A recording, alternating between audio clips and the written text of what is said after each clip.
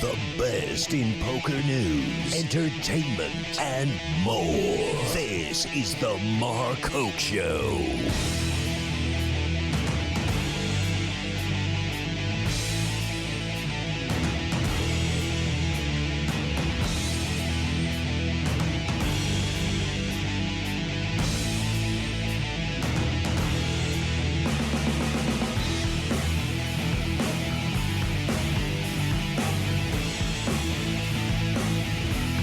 All right, everybody, and we are live here at the World Series of Poker. Hey, and Joe's here. I guess I ought to hook up your headphones. What's up, Big Sexy? How you doing? Parking lot's a little crowded today. It's a possibility. Yeah, drive around looking for a spot. It's a possibility. Here, I'll get you hooked up here. Go ahead, I can hear you fine. Yeah, I had you hooked up, but then I was listening to some Foo Fighters. And what did that? How did that unhook me? Well, give me 1 second. Go ahead. This is highly technical stuff here. You know, finding the correct plug. So what is the? You've been here earlier than I have. What did you get a gauge on the amount of people walking in playing the last 1C? It was busy. It was busy. It was busy. I mean, You would like it to be a definitely little bit, busier than yesterday. You think we're getting to 7,000? Or it's going to be close? It's gonna be close. Yeah, it's going to be It's real gonna be close. You did have a little bit of advantage on me when we made that bet yesterday. The bet that I we did. made was, well, I'll tell you why. The bet we made is I took the under 7,000 players You and did. Mark took the over. But when I went home and looked at some of the tweets, you already had seen that the World Series Poker officially said that they already had enough people signed up in 1C that doubled the entries for 1A and 1B. So a little bit of an edge there, but that's okay. I didn't see that. Oh, you didn't actually. see that? Really? I did Okay. not see that tweet. Well, they did tweet that yesterday that they already had and I think we had 2,800 between day 1 and day 2, close to 2,900. So it's going to be real close. Yeah, we got some numbers.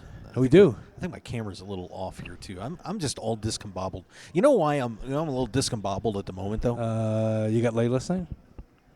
Does that does would not throw- have me discombobbled. It That might. Would, that would it's all combobble good me. balls. That would I'd combobble be you. combobbled. No, Okay. seriously. What happened? Well, you know that there was an incident with my daughter being asked to leave twice. leave the convention center Twice. today. Oh no! Not Actually, again. just literally at about 12:55. Don't they like to get you right before you go on the air? 12:55, Joe. Security came over. No.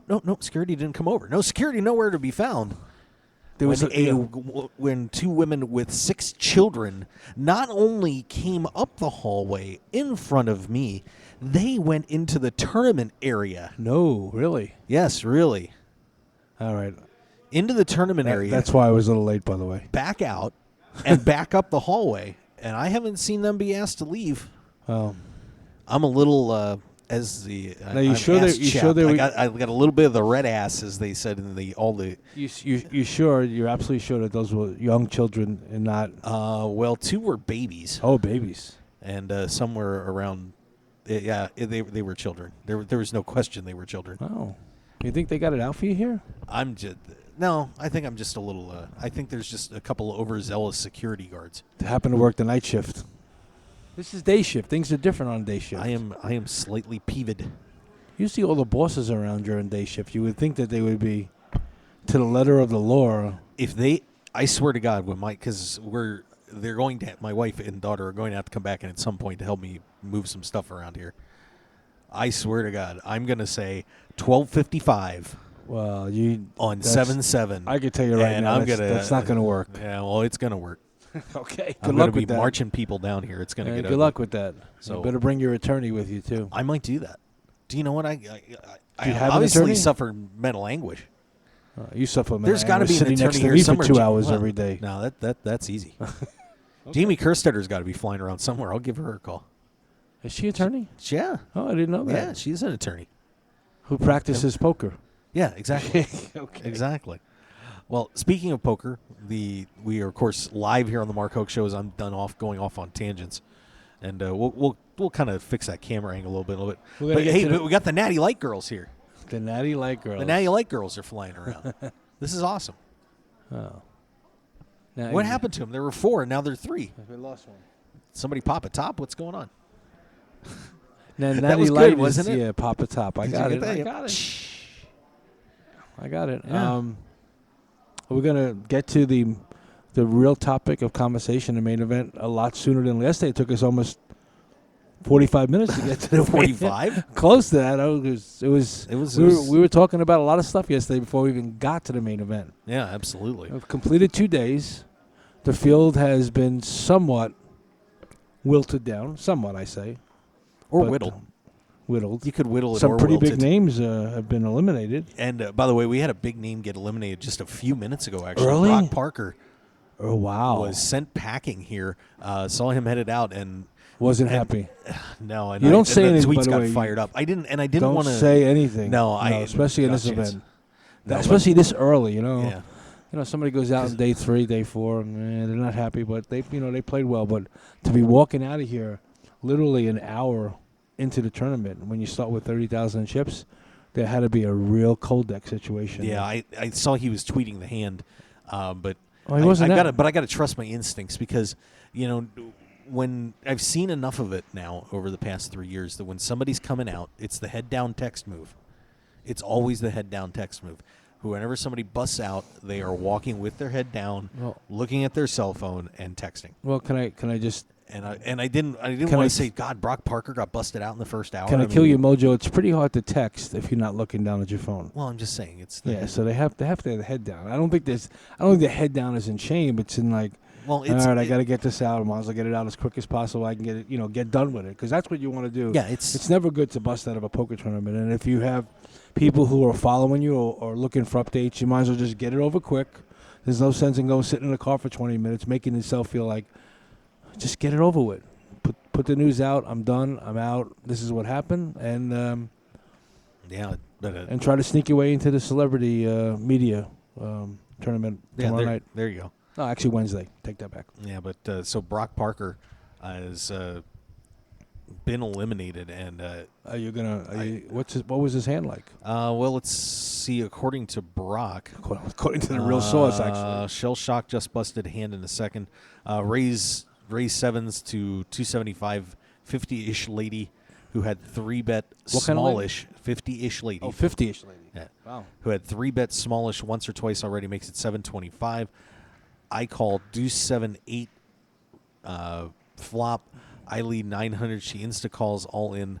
She has top set. Wow, So set over she set. hit There you go, cold deck. Yep. And you know what happens when there's two things that happen when you flop a set in a tournament. You're either going to win a lot of money or you're going to lose all your chips. Yep.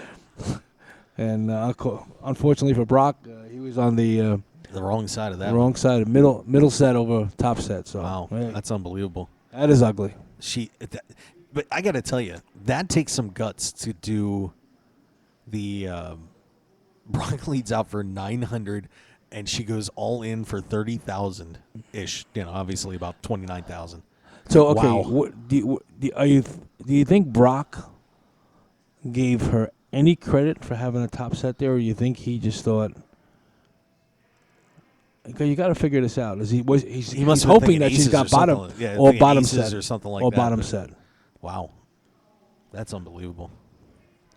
That's pretty She risky. did pop him back though, pre-flop. So that's pretty risky with. I guess because aces or on that kings. hand, I could have seen putting her on aces or kings easily. Yeah, easy or Easily. even queens, and then or anything above a 9, because the flop was 7-8 rag, right? Yeah. That's dangerous. Oh, that is so bad. I feel bad for Brock Parker. But Brock's been eliminated out of here. By the way, the truth, Paul Pierce is in the house. The now Brooklyn Nets star, Paul Pierce. Is he playing today or did he play yesterday? He's in the house today. Okay. Hanging around. Hanging around or playing? He's playing. Oh, Paul Pierce always plays. A little more than hanging around. Always plays. He's in the house. A couple of athletes playing yesterday. We had one of the former tight ends for an NFL team was playing, and we had Ray Romano, who obviously opened up the opening ceremonies yesterday. Yeah. His son busted yesterday. Oh, his son did bust. They had a last longer bet. Yeah, so that didn't work out for the kid. Ray went deep, I think it's 2 years ago, or he went to day 3 2 years ago. So he's that's his goal, is to go beyond day 3. That's my goal too right now. Kev Math is down to 26,875. Who is that? Kevin Mathers. Oh, he's playing. Yep, Kevin. Oh, he did. Kevin got in. He did get enough support, huh? Yeah, What is he down to? 26,875. Yeah, it's early. So it's minimal. It's early. Wow. So, well, let's take a look at. We probably should go back and look at yesterday because I'm almost scared to look at what's going on today. I saw some people have been picking up some chips early. Let's look at some chip leaders and let's look at some notable eliminators. Okay. Or eliminations. Eliminations. Not eliminators. All right. So just a summary from yesterday. Eric Seidel, of course, having a nice big day, and 2,144 players enter yesterday's play. So let's see, we had 2144 and 771. Like 2,900, so close to that. 2,915 as of yesterday. So yeah, I mean this is going to be close to 7,000. It's going to be right around. I think the number was a good number. Yeah, I think so too. I think we put a good I line. don't think you're getting the worst of it on either side of that action. Yeah. So but the way I've been running, and how bad you've been running, you'll be paying me $1 once they announce once the registration closes today. Watch it be $69.99. Oh man. And then I'd have to punch. I think we should make if it's $69.99. I think somebody or should send me 7,001. I think it should be double. Okay. We should make it $2. Okay, I'm good with that. You good with that? I'm good with that. All right. So if it's 6,999, you pay me $2, and if it's 7,001, I pay you $2. That'd be so sick. That would be really sick. That'd be so sick. Oh my God! And now I'm really tapped because there's a security guard. By the way, standing right at the doorway. He's literally standing right at the doorway. Inside the door. You got a different angle than I do. You can see his foot. Wow. No, I do. I just see the black shoe. Wow. I'm mad. Oh, now I see his arm. Now I'm mad. Anyway, some of the big names getting through yesterday. What did Eric Seidel wind up with? I know he had over 100,000 most of the day yesterday. Well, I'll get to that in a second. Oh, excuse me. I will. I promise. I mean to intrude on your pace. That's okay. Kevin Pollak in the house yesterday. Kevin Pollak. Director Nick Cassavetes, good friend of Raymond Davis, on the board. European soccer star John Arne Rize. He's got 2 eyes in his name. There's nothing I'm going to do. We all have 2 eyes. No, but he's got 2 eyes back to back. Oh. Well, I got them side by side. Yeah, see, that does. Back to back. Having 2 eyes back to back to each other is kind of a Cyclops. Side. It's kind of a Cyclops look. Unbelievable. NASCAR driver Jason White also decided to pop in here and bagged 54,625 chips. I hope Phil Hellmuth didn't get to drive his car in the parking lot. God, I hope not. That's always a disaster. Can't have that. Let's see. Of course, Dan Harrington and Huck Seed were on the board yesterday playing that feature table. Again, at the feature table. Just a coincidence? Just a coincidence. Harrington ends the day with 35-2. Huck Seed 22,750. Oh, okay. Huck's a little below average there. Eric Seidel 134,025. Brian Hayton, we'll get to the standings in a little bit. Some other notable survivors: Taylor Parr, Marvin Rettenmeyer, David Williams, Phil Galfond, Jeff Madsen, Christy Arnett, David Bach, Sorrel Mizzi, Faraz Jaka, Jason Somerville, Vanessa Selps, Dennis Phillips, and Liv Baree all get through the day. But we want to congratulate Day 1B leader, Trey Luxembrugger. What does he have? Trey Luxembrugger at 193,450 leads the way for Day 1B, but that is not the chip leader, by the way. No, it's not. We did have a gentleman yesterday over the 200,000. Yep. Sargis Hakobian at 190, 125 in second. Ryan Buchholz in third for the day at 189. Daniel Wig. This is so scary. BJ Nemeth is leaning in here. I fear this man. Daniel Weirgau at 173, 350. Ryan Julius 165, 125. Maxim Panyak 158, 425. I think that's a good name for a main event champion. Maxim Panyak. Okay. Could be Penyak. Jeff Norman 156, 625. Julian Stewart at 155,200. Steve Ryan 147.5, and Richard Moon at 146,000. Your top 10 for yesterday's play, but of course still not catching. I believe Martin Jacobson was the chip leader, a little over 200,000. Let's take a look at some of those other counts. Notables from yesterday. We'll hit the Day 1B chart for you. And let's see who else we have up there that we know. Joe Kuether kept that good day going. He's at 135, 135,675. We had Seidel 134, a little over 134. Matt Affleck, good start for him, 122,150. Hopefully he will not get cold decked like he did. He was on a bubble too when he got cold decked. Is that true?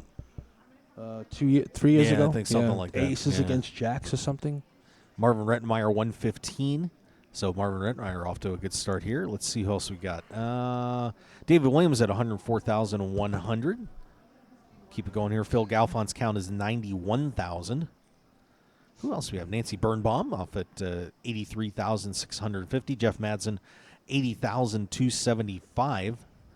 Jonathan Little, 76,050. Christy Arnett, 75,550. Yeah, so a lot of the notables, a lot of good notables doing well in this. Some pretty nice stacks too. Yeah, Scott Montgomery, 68,750. Antoine Saout at 67,000. And Brett Ritchie in there as well. So a lot of good names making it through with good stacks from day one. Very decent size stack. What do you think when we end today? What percentage of the field? Excuse me. What percentage of the field do you think will be eliminated? Do you think it'll be a third or more than a third? I would only say a third. Third-ish. Somewhere in that ballpark. Ish. Some notable eliminations from yesterday. These people, unfortunately, will not be the 2014 main event champion. Brandon Cantu goes down on day one. So Cantu is out of there. Henrik Tollefson is gone. Let's see who else. Andy Black is eliminated. Yeah. Steve Zolotow out. Yeah. Robert Mizraki out. Mel Judah out. Min Lai eliminated. Paul Volpe, and that is unfortunate. Paul's had some great runs here the last couple of years. We will not be seeing Paul Volpe as the world champ this year. Todd Willis is out. Joe Sirach. Is Joe out? Joe is out. Wow. David Diaz eliminated. Perry Freeman is out. Sophia Lovegren is out. Joe getting eliminated Now- is not all that bad. I mean, he has the Royal Flush girls to console him. Yes, good for yes, hopefully. Hopefully. I saw they have Mike Leah in here, but I don't think that's right. I saw Mike today. Chris Triba eliminated. They got a couple here that could be wrong because they have Oliver and Casella out, but Dan O'Brien Frank listed as Casella's out? out right now. So some big names, of course. We always see some good ones going home too. So that is your day. One of the guests on the show that we had last Wednesday, Blair Rodman, he had a pretty healthy stack last night before I left. Over 50K. Yeah, there you go. That's a nice start. Some guys who have popped up stacks early today already. Billy Chataway is up to 75,000 in the first rotation. Wow. He hit quads against a full house. Oh, I guess the Full House guy is in the parking lot. Probably. Billy Chataway, a nice run there. Daniel Negreanu is already up to 50,000 chips to open things up. Let's see who else made a nice jump here. He only played an hour and 12 minutes. That's not bad. There's a guy on here named Isaac and then Run Good in quotes. Really? That's what it says. Is he My name self-reporting? My name is Isaac Run Good. Is Yes, he self-reporting? He Yeah, is. I think you're able to kind of tinker with your name if you go through that MyStack Yeah, application. they're gonna find that real quick. Ryan LaPlante in there, picked up about 5,000 chips early on. So, of course, just getting underway. Level 1, we're 1 hour and about 19, probably about 9 minutes into this thing so far. So that's where we sit We can at see the the moment. clock right from here. We can. I just didn't feel like doing the math. Okay. 112. all right. 112 left in the first level. Yep. Hey, we have a special guest. We do. Yeah. Who's that? Let's get this bozo in here. Oh, so you know this guy? Well, yeah, thought I know this this guy was guy. just stepping Oh, around. yeah, doing- you never I met was BJ. like, why is this guy just leaning in and That's trying hilarious. I didn't know. I'm like saying because we do have a couple of characters who've done that Oh, in the 6 weeks we've been here. yeah. Leaning in and like, wait, we're doing a show here, buddy. All right, I will. It's all I will. no, the camera's right there, but I will jump up to allow him to allow the crazy guy, who I apologize by the way. I was like, who is this guy? All right, I'm out of here. I'll be back. Let's shortly. get BJ Nemeth in here. And Joe, if you could be sweetie and fix that camera I can, just a I little will. bit. I don't know how the camera angle's off. Yeah, I just got to tilt it. Just tilt it away from me a little bit there, sir. Oh, I forgot the cone too. Jesus, just tilt it away from me just a little bit. Yeah, just a little bit. Wiggle it just a little bit. Come on, BJ, you know that one. Yes, but Wiggle I it. can't sing. Just try it with me, just for fun. Oh, I've tried singing. I'm certain I can't Come on, do sing. it on the air. Wiggle it just a little bit. Yeah, we're good now. This is me adding the subharmonics bass line. I'm not sure if the microphones are Wow, transmitting it that over was the unbelievable. internet, but it was subharmonic. Lord God photographer of the world of poker. BJ Nemeth joining us. What's up? I don't think that's deserved for me. Greatest of anymore. all time. Not even close. No, who's the greatest World Series poker photographer of all time? I really, really, really like Joe Harone. Okay. Last name is Giron. On Twitter, he's Joe Harone Photo. Photo or photos? I think it's photo. Okay. And he is fantastic. He is far better photographer than I am. My one advantage I think I have more than most poker photographers is that I'm not like Joe is an excellent photographer and he knows poker very well. He knows the players very well. But I'm primarily a writer. And so I look at it through the point of view of the narrative. Mm-hmm. I want to tell a story with the photos. I want to use the photos to show the top stories. So while I think other photographers are better at getting like, wow, that's just a great photo. Like it's well lit, it's well composed, like it's artwork. My photos play more with the words in terms of here's telling the story. And they're always darn good, too. But I don't get to do that as much as I would like. Yeah. To do that well, I have to do just that. And I haven't seriously done that since like 2009, 2010. I miss it. We miss it, too, because you're very, very good at what you do. But surprisingly, a lot of websites don't want to pay for that. It's just kind of a short-sightedness. Like we've heard about newspapers, I forget which one, maybe Chicago Tribune or something, like fired all their photographers and was just teaching their reporters to use simple, small cameras. Yeah. And it's horrible. They're undervaluing photography. And I think too many, I don't know if it's the editors-in-chief or the publishers at poker websites, view photography kind of through the lens of it's just an illustration. Like, hey, we have an article about Daniel Negreanu. Let's just throw in a photo of Daniel Negreanu. Right. And a photo is a photo of a photo. You know, it can be a nice photo or whatever, but it misses so much more of the story. If you ever see the Boston Globe, I think, started this trend with the big picture blog.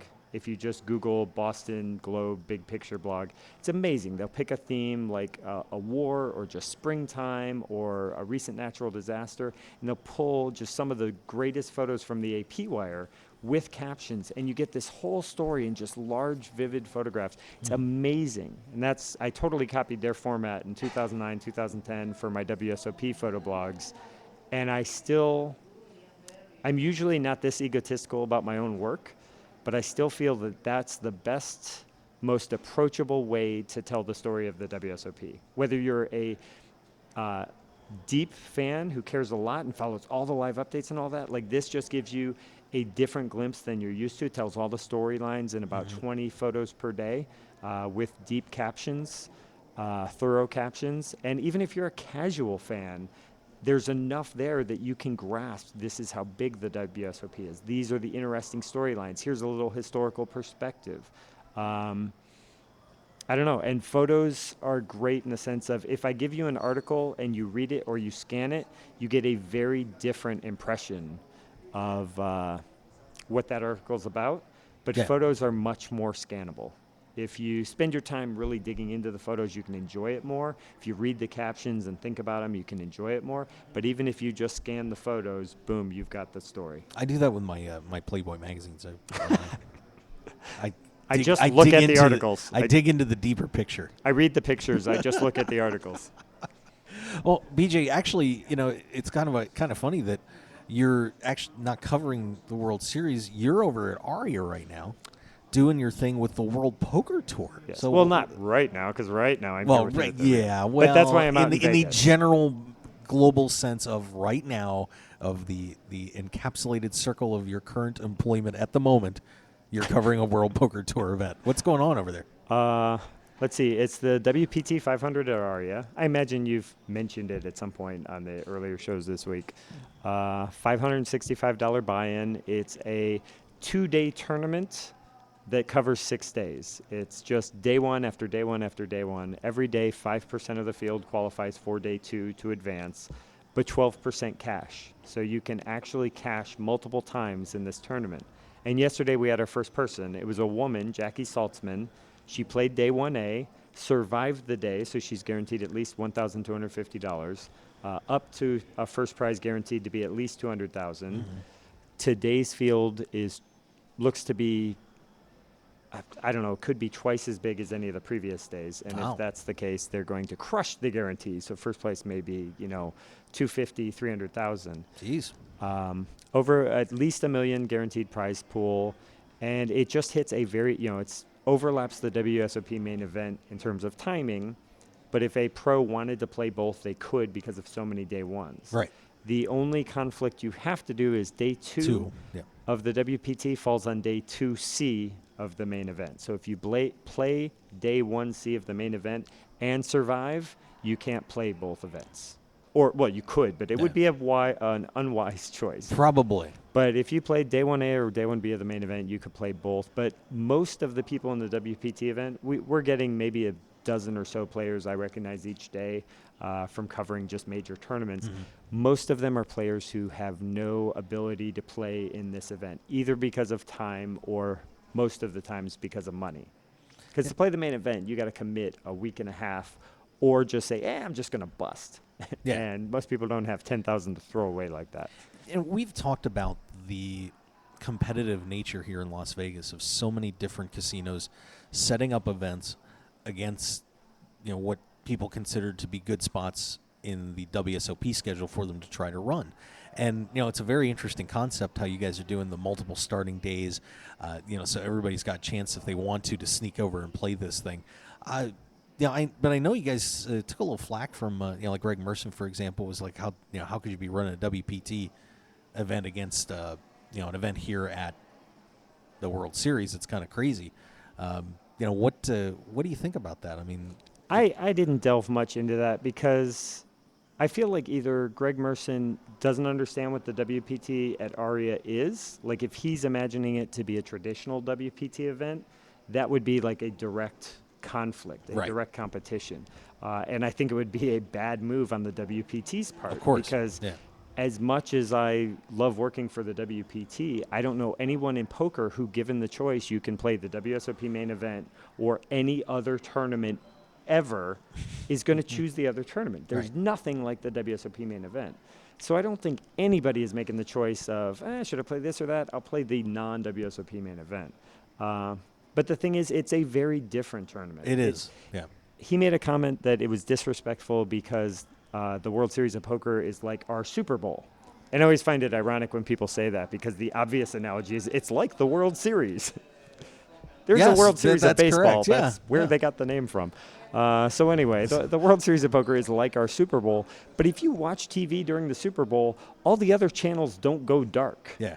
And some of them compete directly, usually with the halftime show. They'll say, hey, at halftime, tune back into our channel and we'll show this if you don't want to watch not Michael Jackson nowadays, but if you don't want to watch Beyonce or whoever. Although Beyonce crushed it. Bruno Mars. That was like the only halftime Beyonce show had I some watched. weird faces in that one. I wasn't really too into that one, but Now, the thing about the Super Bowl is most channels will show something that, you're not going to show, I don't know, college football, Puppy Bowl. Oh, Puppy Bowl. But again, that's we kind of had the lingerie bowl. We've had some good stuff on at halftime. Yeah, well, but not at halftime. Like the traditional example was during the Super Bowl, some channel would show like a female-friendly movie of the week. Yes. Like Meredith Baxter Burney in Massive whatever. amount of figure skating going on during the Super Bowl. Because there is a large number of people who just don't care about football and aren't going to the party or care about the commercials, and they may still watch TV. Like ratings for everyone else don't drop. And that's not disrespectful, that's just counter-programming. It's like, hey, other people may still want to watch TV and not want to watch the Super Bowl. Well, everybody's in Vegas for poker for the summer. If you're a poker player and you can get to Vegas in the summer, you want to get to Vegas in the summer. Yeah. But not all of them can play the main event. So other casinos around town run events, and this one is Aria with the branding of the WPT behind it.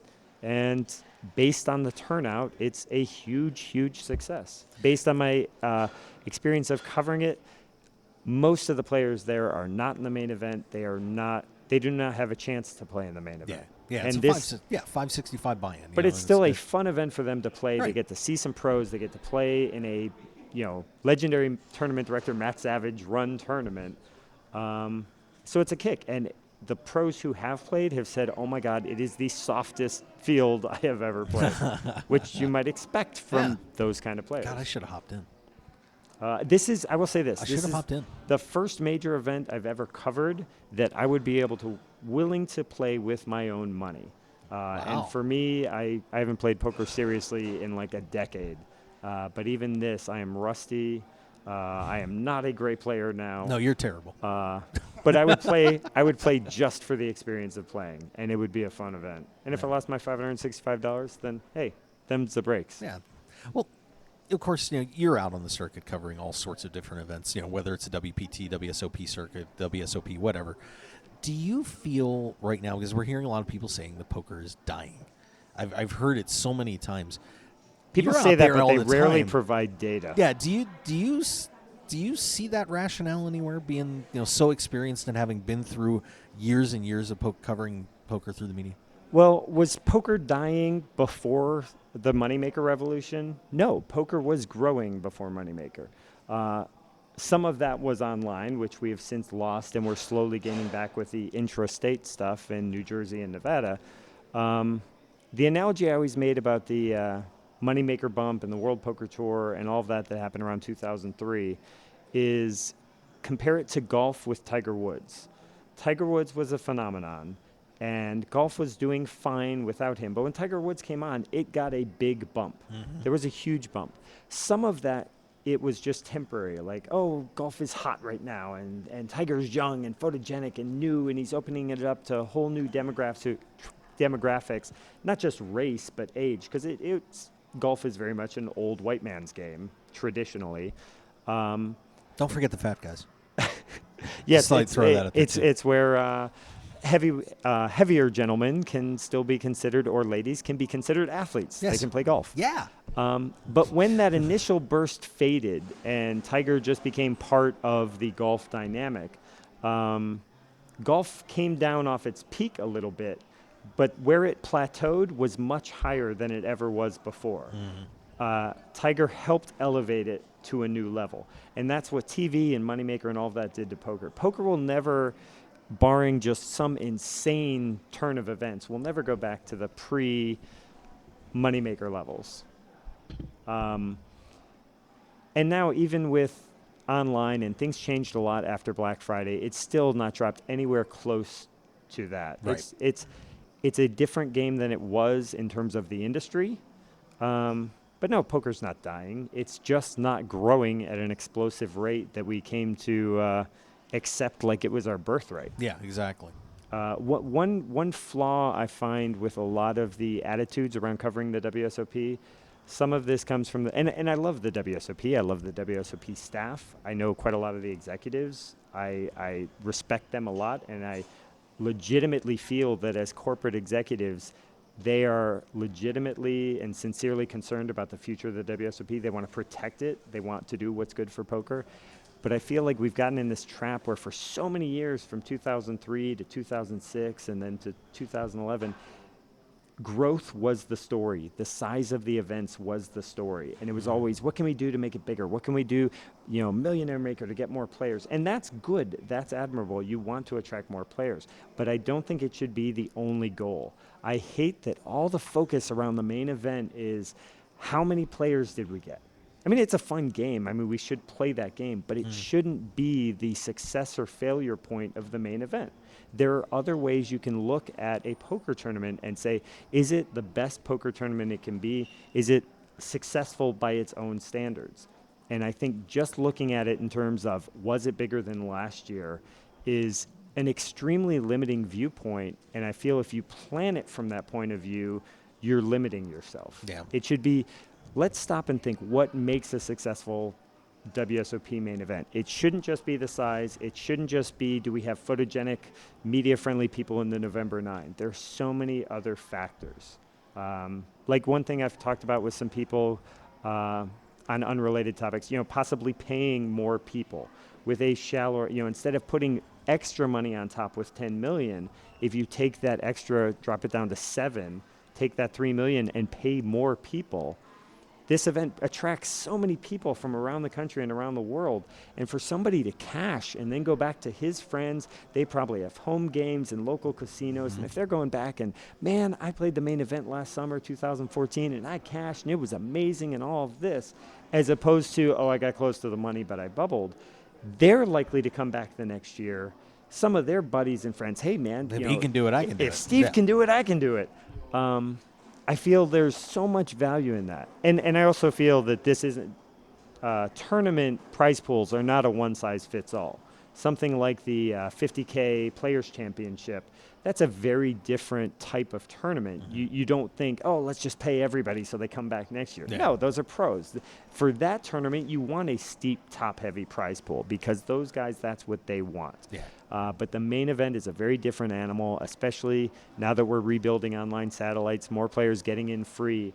A small cash, even if they only cashed for, say, 12,000 after their 10,000 buy-in, that still makes a huge difference. I mean, just look at how many people celebrate making day 2 of the main event, and that's a very meaningless milestone. Like Joe Payne over there. Joe's just kind of hanging out over there, kicking back, enjoying the Run Good Gear lounge. I was going to say, did he make day 2? Yes, he did. All right. Rock on. 1A from 1A or 1B? 1A. Nice. Made it from 1A. Pretty impressive. Well, BJ, hey, I got to take a commercial break here. Okay. So if you don't mind, I'm gonna Not at all. skip out there. We'll get a couple updates, and you mind hanging around, and we can pop you back in here in a little bit? Or I what have do you have a plan?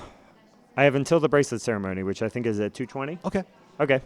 Then we can share a mic. We'll pull another chair up or something. Too. All right. Whatever you want, I'm game. We'll figure it out. All right. So let's take a break, and we'll be right back here on the Mark Hoke Show. Joe Payne over there in the Run Good Gear Lounge. We'll bring him back over here because he looks so sad and forlorn in that happy place. BJ Nemeth joining us as well. Always good to see BJ here.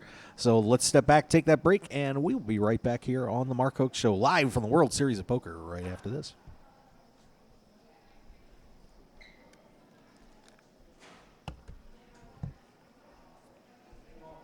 The heat is on. Whether you're in the hot seat of a major poker tournament or just dealing with everyday life, stay cool with a brand new Arctic Blue cooling towel. Just wet your reusable and durable Arctic Blue cooling towel in cold water, and you'll have instant cooling relief at your fingertips for up to 5 hours. The towel is lightweight and pliable, so you can keep it handy no matter where you are. Plus, it's absorbent enough to make sure you and your clothes stay dry while you stay cool. No need to sweat it out, no matter what you're doing, when you have an Arctic Blue cooling towel handy. So get the same cooling towel used by professional athletes, poker players, first responders, physical therapists, U.S. automakers, and even reality TV stars. So what are you waiting for? Visit them today at arcticblu.com and pick yours up today.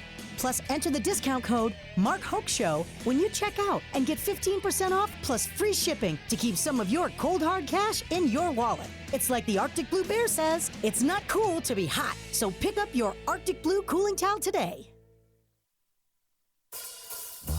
One man, his lucky shirt, an unforgettable night, and a winning streak that never seemed to end. That's how Blind Squirrel began, and we haven't looked back since. We make the clothes that we want to wear for the places where we want to look and feel our best. The game, the speakeasy, and the casino floor. Blind Squirrel's small batch, high-quality gear is for people too busy grabbing life by the nuts to bother with crappy, ill-fitting clothing.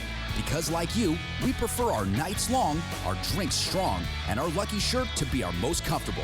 So look good, be lucky, and visit blindsquirrelapparel.com for your new favorite shirt. As an added bonus, you'll receive 20% off your purchase with the promo code HOKE, H-O-K-E. You can also pick up Blind Squirrel apparel at the Borgata in Atlantic City and in Las Vegas at all Masura stores at Mandalay Bay, Monte Carlo, The Mirage, and MGM Grand. Look good and be lucky with Blind Squirrel Apparel.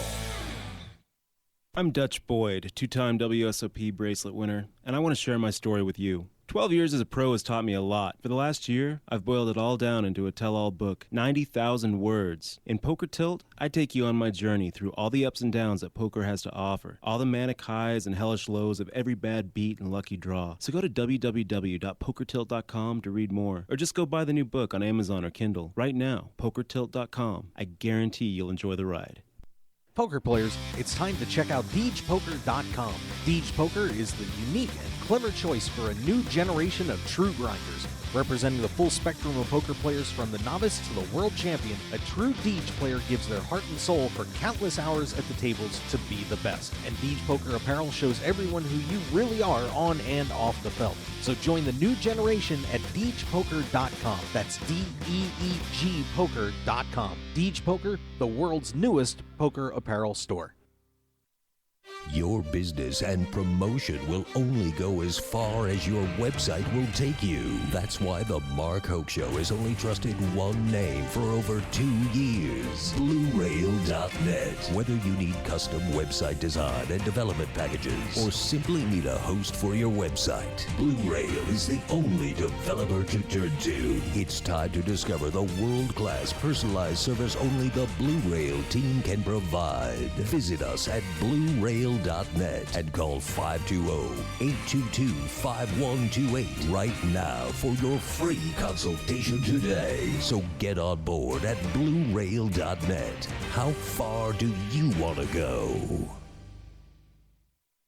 RunGoodGear.com is one of poker's premier online stores for apparel. Their mission is to provide poker players with stylish and comfortable clothes for their daily grind. You've probably seen Run Good Gear at the World Series of Poker through Run Good Poker Pro Rob Salaburo or around the country through the WSOP circuit. Today, RunGoodGear.com is the place to go to gear up for the poker felt. So go there now with the promo code HOKE, that's HOKE, for 10% off your entire online purchase. Remember Hoke. Now go gear up. 9 poker players on a dramatic path to glory with unbelievable twists and turns that will keep you on the edge of your seat. It's the Final 9 comic from Room 110 Publishing. Go to final9comic.com to download the first issue preview and get ready for the official launch coming soon. 9 will become 1 way or another. Final9comic.com.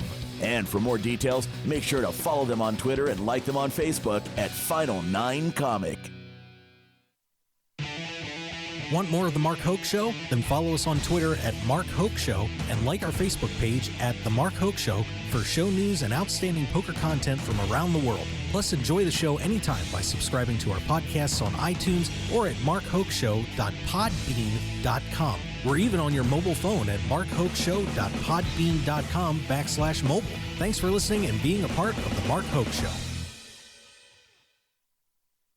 Now, let's return to the Mark Hoke Show. The Mark Hoke Show. Here again, your host, Mark Hoke. All right, and we are back here live at the World Series of Poker. We're going 3-man booth all of a sudden. Joe, see if we can slide in there just a pinch. BJ's small, so we can we'll let him slide in there, but of course, Joe Payne co-hosting the show. Along with our good buddy BJ hanging around. So, it's been a fun day here at the World Series so far. We got a lot of peeps, Joe. What do you think? God, you never turned that microphone on. It wasn't my job. I swear. It's my, what? It's BJ's job. Yeah, blame BJ. Well, he's the one that shut it off, right? Sorry. Yeah, BJ's like hanging around the background. Yeah, I'm kind of still shell-shocked that I just BJ. It was just some sort of Here, slide up a little bit. I'll slide over BJ because I was just kind I of. still haven't proved that. I'm still shell-shocked that I thought BJ initially was a Mark Hoke stalker, so to speak. Yeah. He's like leaning in, which has been going on all week, or 2 weeks, 3 weeks. Well, I have no media credentials this That's time, another. so- That threw me off a little bit. I'm like, this stuff is available to everyone. It's not just on Mark's screen. He's like looking into who the chip leaders were. I'm like, who is this I guy? should have just walked up and started asking dumb questions. Yeah, like where's the bathroom? I would have punched you. I would have Where's the punched you bathroom? hard. And where's Bill Ivey? Bill. Yeah, can It's I get Bill to meet Phil Ivey? Yeah, that's not good. Do you know if Donnie Negrano is here? Donnie? Donnie Negrano? Negrano. Hey, Negriano? Negriano. I'd love to call him that in an interview sometime. I think next time I interview him, I will call him Negriano. Negriano? See how long the interview goes. We'll I have think he'd mind. we'll have an over/under on that. He's a roll with it kind of guy. Yeah. Yeah. I got a tough table too. I got a See, when you net. make day 2, you get all sorts of questions. I get Yeah, a net and I Lane know. Flack at my table. Yeah. Good luck with that, buddy. It's okay. You'll be all right. Just Take them just, down. I got 60 big blinds. I'm okay. You ever see Ocean's 11? Yes. Remember what Danny Garcia's character says to Brad Pitt on the phone after the robbery? Run and hide, asshole. Run and hide. Did you say Danny Garcia? Or did I say I did? Now I can't even think of his name because I. Andy, it's Andy. Yeah, it's Garcia. Andy There we go. Garcia. I'll help you out with a little Hollywood. God. Hollywood trivia. Danny Garcia. At least I didn't say Freddie Garcia. That would Sounds like a drug dealer. I'd have been pulling that the would have picture been there. a very different movie. Yeah, quite. So, You want to see my friend? it is deviated. It always deviates with you. You know, you are known for amazing conversations, especially on Twitter. You're I am a known little for- firebrand on there, aren't you? I am known for tangents that go on and off track and off course, and I will talk for long periods of time about almost any subject. Pick a topic. What was your longest tangent? If you had to pick one that was just an amazing rant, and I think poker. Okay, My other 10-year career in poker is a tangent. I know one topic that would get you going that would probably carry us to the break, and Joe would probably be sitting there like, "You got to be kidding me." So BJ, what are the qualities of the Star Wars movies that you very much gotta enjoy? be kidding me. Oh, that I enjoy. Oh, that's easy. Empire Strikes Back is an amazing movie. I don't think George Lucas gets enough credit for what an amazing risk it was to make Yoda, who is a Muppet, a major character. If a Muppet, because we've never had a movie before that where a Muppet had to interact with human actors on an equal footing. Because the Muppet Show, it's always like the audience is in on the gag. Like, here's Kermit the Frog. And Lucas took this amazing risk. Because in the original film, Star Wars 1977, we had the cantina scene, and you had some aliens wearing, bad costumes. They just basically raided the costume shop at 20th Century Fox or wherever they were out in London. But man, making Yoda a Muppet, a major character, was such a gigantic risk. And if that didn't work, that was in many ways kind of the heart of the film. You can't accept Luke training as a Jedi if you don't accept Yoda. And the fact that Yoda worked, tremendous amount of respect to Frank Oz, who voiced Yoda and did the acting. It was an unbelievable performance. I think it's one of the biggest oversights in Academy Awards history that he was not even nominated for a supporting actor, because what he had to do to make that puppet on equal footing in that scene was amazing. And that's just me going off about Yoda. Now, in the prequels, of course, they screwed it up, and they made Yoda just this dumb character. But in Empire Strikes Back, it's amazing. I mean, you can show me a Yoda scene now, and I've literally seen it over 200 times. But like where Luke tries to lift the X-Wing fighter and fails. One, it's kind of awesome that he even gets it to move at all. You look at Yoda's expression; he's surprised. I could break down. At some point, I'm seriously thinking about doing a podcast that is basically just a Empire Strikes Back commentary track. I could do one just on the Yoda scenes about the acting skills of Yoda the puppet, the Muppet.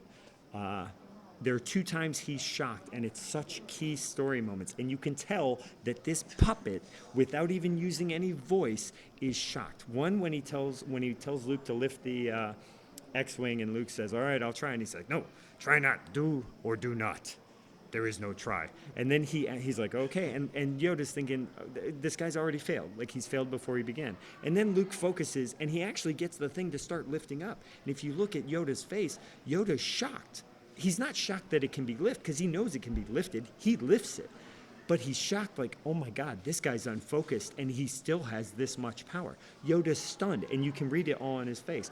Then later, when Luke sees, through the Force, he sees that Han and Leia are being tortured on Cloud City, and he's like, "I gotta leave and save my friends." And he's like, "No, you have to stay, it's a trap." And then Obi-Wan appears at the Force glow and all of that. And finally, Yoda tells him, or I think Ben tells him, he says, "If you go to face Vader, you will have to do it alone. I cannot interfere." And at this point, Yoda's like, this kid is scared. He won't go. And Luke just kind of steels himself and says, "I understand." And at that point, it cuts to Yoda again, and his ears and his face are kind of like, oh my God, he's really going to leave. Like, it's amazing acting from a puppet.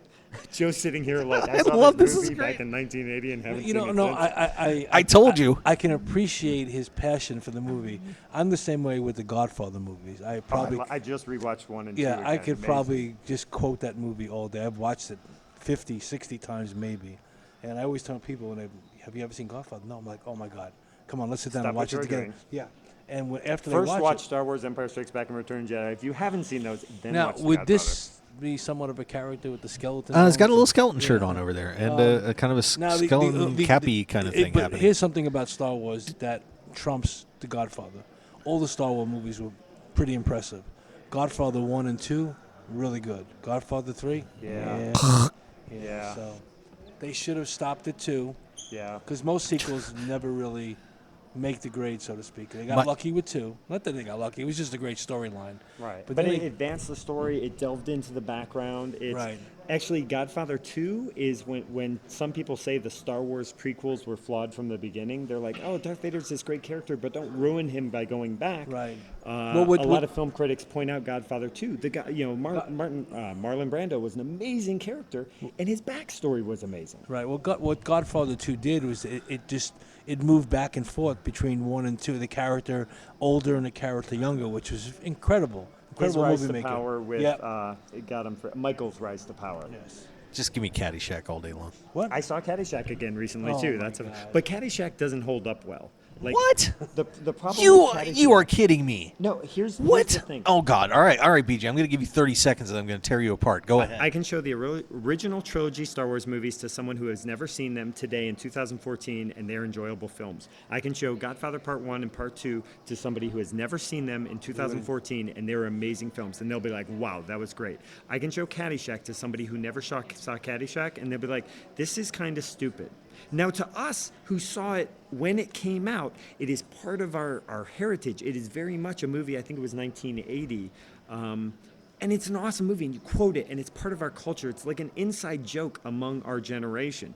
But it, in and of itself, as a movie on its own terms, it does not hold up well. My wife, who doesn't like anything that I like, finally you. watched Caddyshack, including me, finally watched Caddyshack for the first time, all the way through, about a week ago, and said, "Damn, that was funny.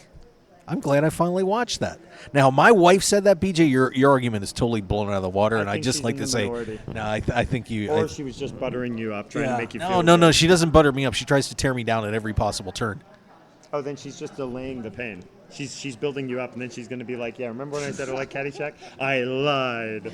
She wouldn't do that See, to that's me. another case where the gopher was a puppet, and it actually came out, I think, the same year as Empire Strikes Back. The gopher was a puppet, but that was a joke. Like, the joke, the audience knew it was a puppet. They didn't have to accept the puppet as a gopher, the same way they had to accept, if Yoda was Kermit the Frog, like in the middle, you're like, wait, is this Muppets Take Manhattan? Are they going to start singing and shit and stuff? You can say that. You're on internet radio. Yeah, It's all but right. still, it's swearing without real need for it is just kind of tacky. I learned that in the Navy when we swore all the time for no particular reason. I feel like we're doing the pre-show for the Academy Awards. I know. As opposed to the pre-show for the World Series. I of know, Poker that's Man. unbelievable. 30 years ago. Yeah. Want some updates? Should we get some On the updates in? Academy here? Movie updates? Or? No. I saw Captain America: Winter Soldier. It was surprisingly good. Yeah, it was a good flick. Who's chipped up? Let's go. Let's see what's going on here. Looks like Lon Schwartz has gotten himself a few chips. He goes to 46,000 on a cute little hand where he hit trip 8s. So Lon Schwartz trying to get back to. That'd be fun to see Lon back at the November 9. Would certainly enjoy that. Victor Ramden's got himself up to 47.5 as he hits a King 5 full house. I don't know who let Victor Ramden hang in a hand with a King 5, but that was a whoopsie. Let's see. Carlos Mortensen has joined the field along Brian Lemke. Love Brian Lemke. Brian love Lemke's Carlos awesome. Mortensen. Lemke I love as a friend and as a player, but Mortensen just one of the greatest players of all time. Have you ever given Carlos Mortensen a hug? No, I'm not a hugger. I don't know if anybody's given Carlos Mortensen a hug that wasn't, cute. I don't know. He doesn't seem like that. He doesn't seem like a hugger to me. I got him. I've never interviewed him. I'd like to do that sometime. Don't start it with a hug. Okay, yeah. That would be a good idea. Carlos. No, that would be bad. Nick Lawfall, who was best man on Kara's side at Kara Scott's wedding. Good guy. I finally met him for the first time out in Italy. Oh, there you go. This is me name dropping. Okay, I'm done. Go ahead. I love having BJ on the show. David Tuckman's down 7,000 chips. He's at 2,300. Jake Cody's up at 39.8. Byron Caverman, 38.6. Gerard Piqué, who plays for FC Barcelona, down to 20,975. So not a good start for him. SMFC stands for some kind of Football club. Soccer. Football club. Football. I'm not the It soccer should be guy. SC. They should make it soccer club. Yeah, Just to but- offend everybody. Yeah, nobody calls it soccer but us. Only in America is it called soccer. Yeah, well, get on board. Let's see. Who else we got? Jerry Yang up to 43,000. So the Yeah, I'm sure he'll still have that at the end of the day. I'm sorry, did I say that? wow. What are you trying to say? That's not very nice. Trying Sam to say that Trickett. he hasn't played a hand This since finally the last showed time up. he made- I think Jerry Yang is an extremely nice guy, but I haven't seen him playing enough poker at high levels. And poker's not is the kind of game where if you're not getting better, you're getting worse. If you take it, I'm an example as well. I'm not up to the level where if a player gave me 10K and said, "Hey, I want to put you in the main event," I'd say, "Save your money, please. Give it to charity, something." I was just going to ask you if you were playing the main event, but you just answered my question for No. me. I would do very well in the 2002 main event if you could send me back. And why is that? Because players now, I know so much more from players now that players back then didn't know. The game has changed so much in the last decade. In a good way, though. Yeah. It's advanced tremendously. If you take the best players from a decade ago and brought them, I think they would still do very well in this main event. But if you took them to a smaller field, one of the 10K events or the 50K Players Championship, I think they would fare rather poorly. Okay, here's my question. If you take the WSOP main event winners from 1980 to 1990, and then you take the WSOP winners from 2003 to 2013, and you created a tournament just with those players alone, Right. what is the composure of the final table going to look like when they get down to one table? What are the years for the early ones? The 80s? 80s to 90s, Okay. and 2003 to 2013. You pit those players against those players. Who's winning? Not a specific player. What group is winning? Right. Higher representation at the final table. That's tough. I mean, you're starting it off where you're giving me more players from the 80s and 90s, but I feel like the more recent players would represent a little stronger. Proportional to how many, like let's say there was one player from the recent field for every two from the others. I feel like the ones from the more recent years, with a few exceptions, would perform very well. Joe Hashem, Eastgate, Reese, Kata. I don't know. I have faith.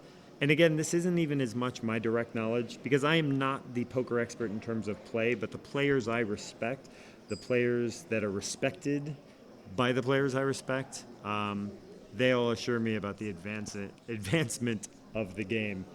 And I'm sorry, I had to get the flow chart going on that answer. I can clearly tell as a I'm waiting for reporter, the game answer. has changed. I'm going to say that the more recent main event champions outperform their starting percentage. Okay. Now, did you inadvertently leave Jamie Gold out of Yes. the names you were no, throwing not out? inadvertently. You purposefully. on purpose. Okay, just Yes. curious. I would consider the weak spots to be Jamie Gold and Jerry Yang for the recent Okay. winners. Interesting. Well, you Duhamel's kind of strong. told us So- your handicap on Jerry Yang about So, 2 minutes ago. so you got 80s and 90s against 80, from 80s and 1980 90s to again. 1990, and then Moneymaker to present. from Moneymaker to President. Oh, so you're putting Mortensen back in that group too? Yeah, Oh, that's he's pretty 2000, harsh. right? Yeah. Yeah. Well, he would be no man's land. Ferguson's 2000. You got that wrong again, Oh, Joe. I did get that wrong. Here, those would be here. no Let's man's let's sing a song. Jesus in 2000, Carlos in 2001. Sing along. Sounds like the worst campaign Jesus ever. in 2000. Come on, Joe. Jesus disappeared in 2014. He did. Well, 13-ish. Well, 11. 11. He's 11. Yeah, true. He's Yeah, been in 11. hiding since then. That would be a pretty good interview to get.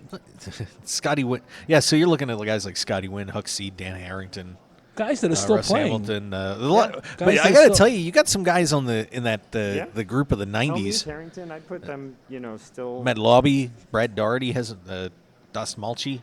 I'll say this. I'm in the middle, but which group would win? But I will tell you this: the first group, the 80s to 90s group, they're not donking off their chips there. That is very true. They're not donking off. It's just where aggression was not a means of how to successfully do good in tournaments. Right. Now it is. So the likelihood of the newer group getting busted quicker is more prevalent than the 80s to 90 group. I'll take the Stu Unger, the 3-time Stu Unger against the rest of the field. I get 3 Stu Ungers against everybody else, and I'll take that side. What would you? I don't know. If I had 3 Stu Ungers in the field, I could clone the guy and put him in there. I will take a Stu Unger to win. If he was still active in the game all this time, then I think that's a legit pick. But if you take him, like let's say he was put into carbon freeze in 1997 and thawed out by Princess Leia in 2014. Back to Star Wars, I don't think he's at the same level that he was relative to the rest of the field. I want to ask you a question. Take any 2 of the past main event winners. Any 2 or my any 2. Which 2 would you like to see heads up for this year's main event? That would be not only entertaining. Phil Hellmuth and definitely Phil Hellmuth. It's because of the entertainment value? Yeah. Okay. Most bracelets in history. I think he would promote the hell out of it. I think he would have a level of pressure on himself that he has never experienced. I think he would have more pressure on himself heads up for the 2014 main event than he did when he won his first, because now he has context. When he was young, it was like, boy, I really want to do it. And now he knows, like, if he makes it again, that's it. That's his once in a lifetime, the odds of, this happening is any single player like Negreanu or, whoever you want to point out, Lucky Chewy, Andrew Lichtenberger, the odds of any single player making it to heads up in the WSOP main event is so small, even Phil Ivey, that if Hellmuth made it, he would have so much pressure on himself. And I think that's when, he would just start doing plays that, if Antonio's announcing, he'd be like, oh my God, I can't believe it. He's down to 6 big blinds and he's limp folding, and, the crazy Hellmuth things. And God knows what he would do as a powder keg that tightly wound if it was slipping away from his fingers, or how maybe cocky and arrogant he would get if he built up a big lead. Now, so who would you like to see heads up against him? God, let's see. I've got the list here for the guys. I'm kind of playing Reese producer. would be, scroll back up. Reese would still be very young, and I think that might provide an interesting dynamic. Keep going. Carlos, not as much for the entertainment. Moneymaker would be a good story, but Scotty Wynn would be a lot of fun. Oh my God. Yes, that would be very entertaining. God, easily top 10 line of all time in poker. It's all over, baby. For context, he was heads up for the World Series main event, and there was a full house showing on the board, and odds of somebody beating that. I think it was 8s full of 9s maybe on the board, and he said and he went all in, and his opponent's tanking, and he said, call, it's all over, baby, and he called, and I think he had a 9 for the higher full house. Right. But just, he's holding the drink in his hand, and he's just without a care in the world. And his attitude probably got the call as much as anything else. Because Scotty's just, when he's in that mode, he's hard to get a beat on. I know what the match would be. Who would your dream matchup be? He still has. If I had entertainment value, Scotty Wynn. Okay. No, for pure entertainment value, the people would watch. Phil Hellmuth against Chris Ferguson. Against Chris Ferguson. Yeah, Chris is too stoic. Yeah, no. But there's no you emotion have there. But you have the revenge factor in there. But only amongst a small group of people. And that would be more poker players have a short memory too. And I gotta say, if people ever hated me so much that they wanted me to finish second in the WSOP main event, bring on that hate. I don't see we showed you only made $5 million, or whatever. Okay, part B to the question. You got Phil Hellmuth. Now take any active poker player, old, deceased, currently playing, who hasn't won a main event. Who would it be? Heads up with Phil Hellmuth. You took my answer. I know what I'm going to say. I had Stu Younger coming back. Oh, you had Stu Younger? I had Stu Younger coming back. I think for entertainment purposes, Hellmuth against Sam Grizzle would be classic. That would be very That would be classic. God, I want to put him up against a woman. Do you really? Yeah. I mean, so it's a woman at the final table? Yeah, I think that would just get massive ratings. I think it would open up the game to far more. I mean, having a woman in the final 2, I think would bring so many more women to the game for the good of the game. Vanessa Selps would be the one most likely to make it. I don't know if she'd be more like, I think from a pure just craziness, it would be more fun watching Tiffany Michelle as she was in 2007 or 2008. Joe cringed. Watching her against Hellmuth, I think that would drive him crazy. Because if he lost to Vanessa Selps, I don't think he would melt down. I think he would just be like, man, she's freaking awesome and she deserved it. I think there's no question that you would have one of two choices. We'd either be taking on Ivy or Granu. Excuse me. You know, out of the two, I got to pick Negreanu. I think again, Negreanu's more interesting to watch. Ivy, very stoic. Yeah. You're not going to get much. You're going to probably get 3 words out of him the whole final table. Unless you know. Other than call, raise, or. But if I want a crazy guy, who'd be the craziest guy? Huh? There's some crazy ones. Matiso. That's a little too crazy for my taste. Matiso helmet.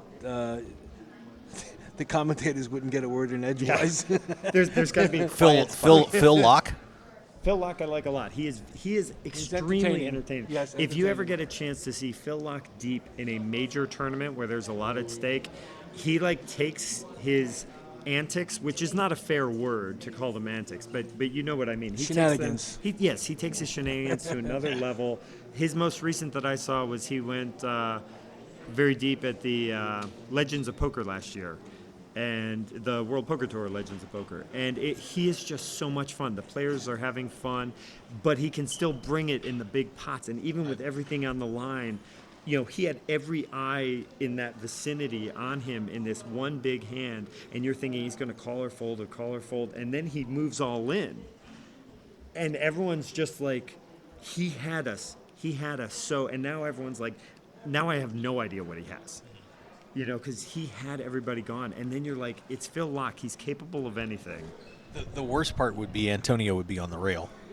Antonio? Just Antonio's pitch a it. good rail, He would be firing needles at Phil Hellmuth. Because we did see that matchup on Poker After Dark. Recently. Where those three guys were banging heads against each other. Boy, would you imagine Locke and Esfandiari playing for the World Championship? Locke in this Esfandiari? Yeah. They're really good friends, too. Oh, yeah, obviously, yeah. That would be unbelievable. I'll say, as it is, one of the most entertaining heads-up matches I ever covered was Phil Locke versus Johnny Chan when Johnny Chan won his 10th bracelet. Phil Locke was in his top shenanigans form. Johnny Chan was more quiet and laid back, but he was enjoying it. He was chuckling and laughing at Phil. But contextually, we also had Phil's girlfriend, actress Jennifer Tilly. She was maybe 20 yards away at the final table of the ladies' event, and she had a monster stack. She went on to cruise to victory. So she's standing on a chair in her own tournament saying, "Go, Phil, go, Phil." And Phil's going crazy, like, "I win mine, you win yours, whoever wins first," just saying all his crazy stuff.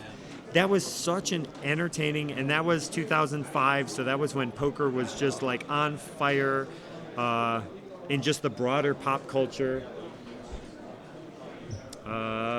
Was that? That might have been Paul Pierce. Yeah, I think Paul I Pierce was is going in to the say field. Yeah. that. There goes the cone. The cone down. Cone twice.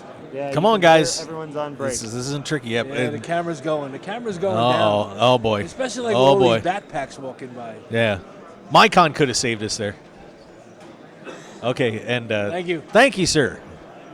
It takes a hockey fan to come to the rescue. Hey, he's from Canada. He's got the Canada jersey. That means he's going to the Canadian Poker Tour Summer Showdown, Maybe. right? Canadian Poker Show, their Summer Showdown, July 24th through August 3rd. We're gonna have a great time up there. Mark Hoke Show representing in the house. Going to be up there at the Grey Eagle Resort and Casino. I'll be there for the High Roller and the main event.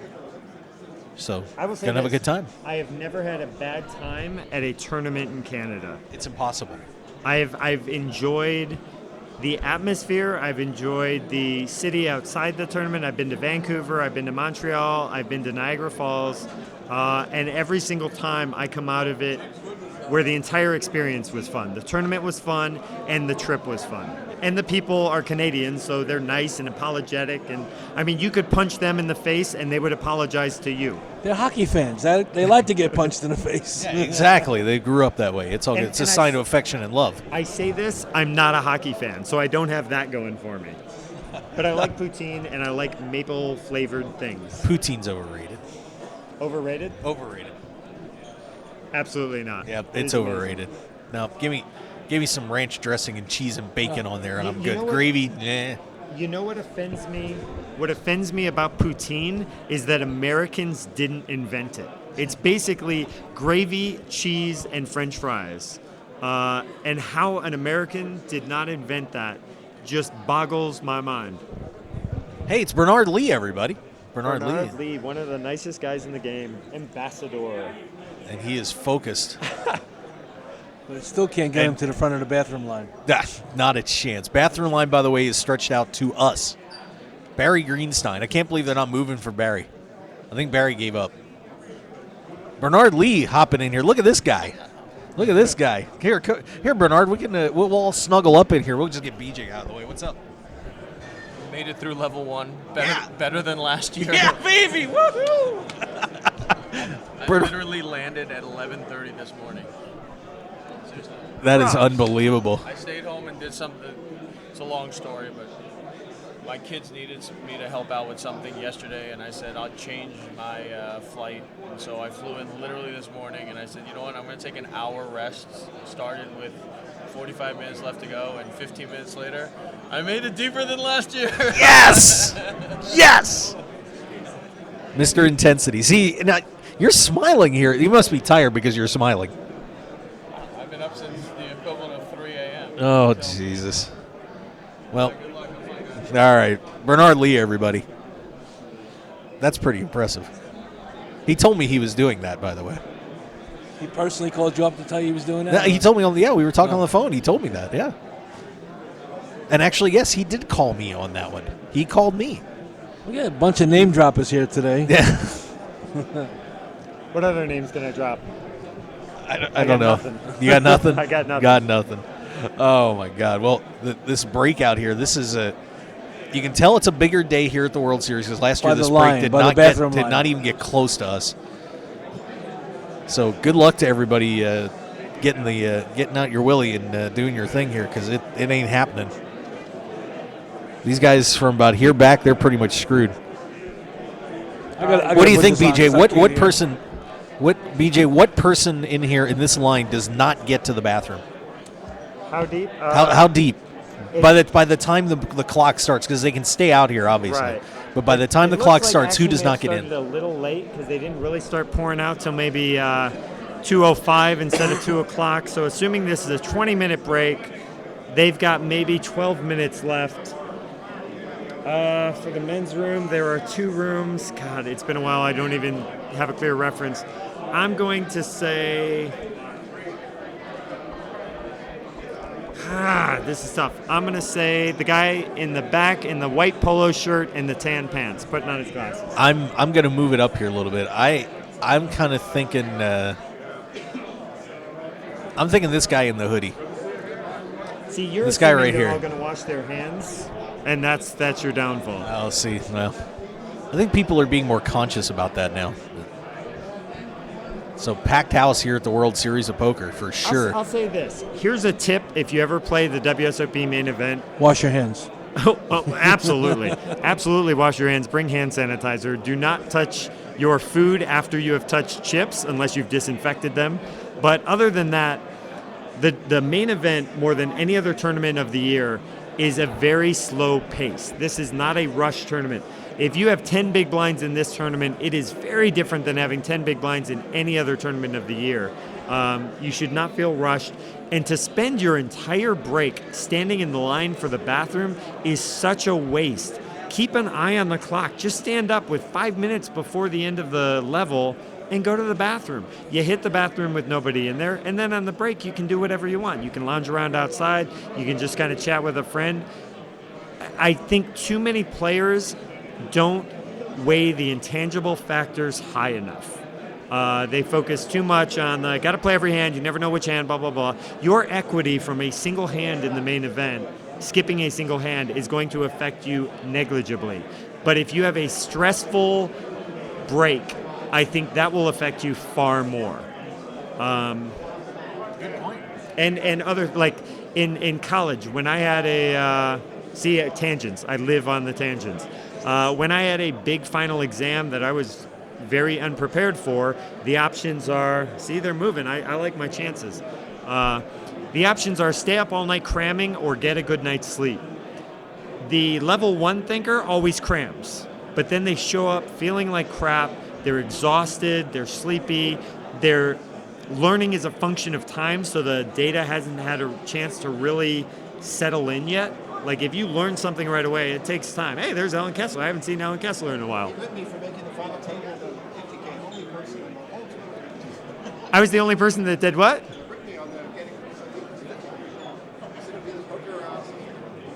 No, I said if Alan Kessler won the 50K Players Championship, I would have to reassess my entire frame of reference for the poker world. However, but that doesn't mean I don't like Alan. It just means that, oh my God, I didn't know I was living in a world where Alan Kessler is the Poker Players Champion in the 50K. If he won another bracelet, that would... Yeah, but I will say this. You finished 8th, and it's technically a 7-handed event. And technically, they say only the final 7. Shannon, technically only the final 7. Sorry, very cute massage girl. I had to interrupt everything to say hi to her. Only the final 7 make the final table, but they combine at 8. So Alan Kessler was at the last table in the tournament, and they don't give him credit for a final table. I think that's BS. I hate that frickin' rule. He was at the final I table. hate that rule. He was at the final table. Right, Joe? He was at the final table. He the was, last table but- in the house. He was, but technically, he wasn't. This It's is the unofficial final table. But like the main event is a 9-handed, they say, well, it's because the tournament is 7-handed. Well, yes, but final table means final table. The main event is 9-handed or other no limit hold'em tournaments. But there are times when they play it 10-handed if it's overcrowded. This 9-handed thing is not written in stone. When you're right before the final table, you are playing 5-handed and 6-handed instead of 10-handed. 10-handed is a lot closer to 11-handed. I don't know why you go from 5-handed and 6-handed to 10-handed instead of 5 and 5. Either go to 5 and 5 and combine it 9 and say that's your final table, or combine it 10 like they do now and say that's your final table. That's the definition of final. Like how far? Exactly. There's no other table in play. There's one table with the players. Players say, "Oh, I made it down to the final 3 tables." Oh, really? I made it down to the final 2 tables. And the other guy says, "Well, I made it to the final last table, but it technically wasn't." It's awkward. It's stupid. It makes no sense. If you explain it to a random person, it makes no sense. The final table is if you're at a table and nobody else, and there are no other tables in the tournament, that's the final table. Thank you. Say it out loud. You know what I mean? You want to hear logic. You're not sure. Say it out loud. So you just said it out loud. Thank you. Because of this, Alan Kessler made the final table. He did. Of the 50K Players Championship, and But my hat is off to him. But he still gets no love. Alan Kessler gets no We're love at still all. talking about this, about how you were at the final table. Alan, unofficially. No, by my mind, it has a definition. Final table. I don't have to. You were at the final table, and it requires no asterisk. They don't give you credit for it, but screw that. Okay. But if he won, I would have to reassess the way I view the world. That's terrible. What does that mean exactly? Are you saying that you don't have high regard for Alan Kessler's poker skills? Not in terms of winning. Well, not necessarily that I don't have high regard. I have a really good topic for you guys to discuss.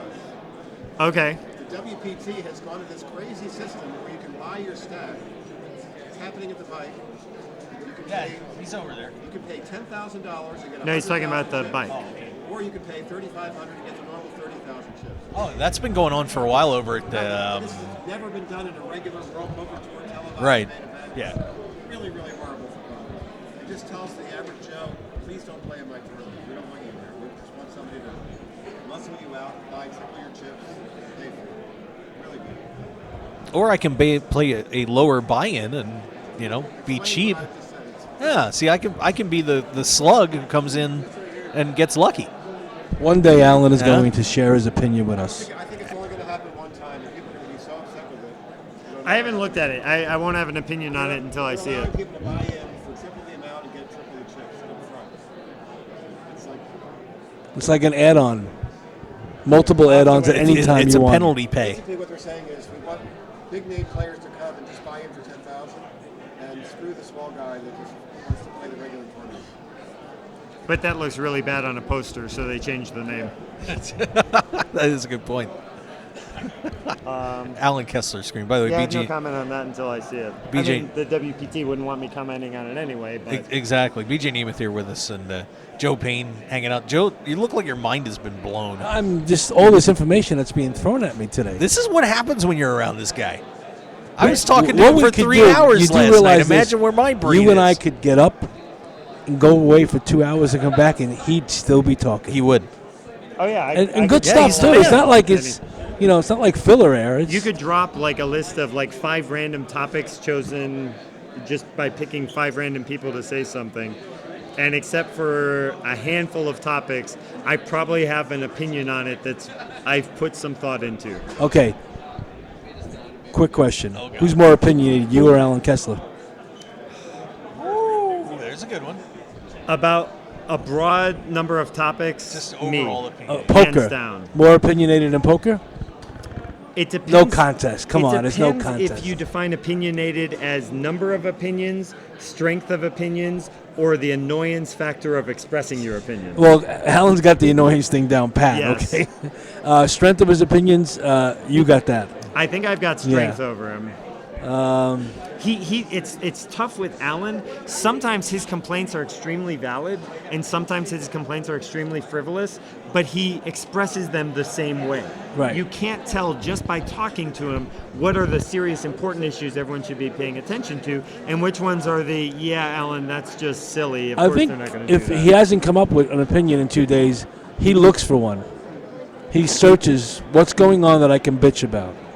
I think he can always find something. It's just whether it's a small thing or a big thing, and from the outside, it's very hard to tell just by listening to You him. know, the other day, they mentioned something about that Allen has as many caches as Doyle Brunson has.